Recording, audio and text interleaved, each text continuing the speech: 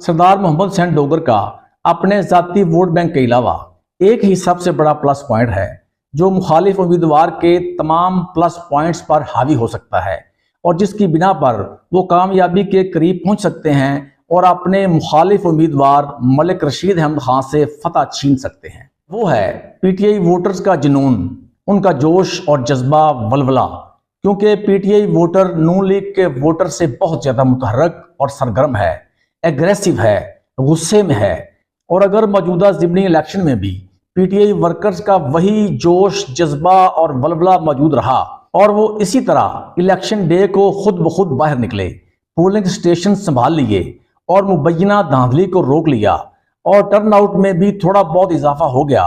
तो फिर सरदार मोहम्मद हुसैन डोगर कामयाबी के करीब पहुंच सकते हैं और मलिक रशीद अहमद खान को नापसंदीदा सूरत हाल का सामना करना पड़ सकता है।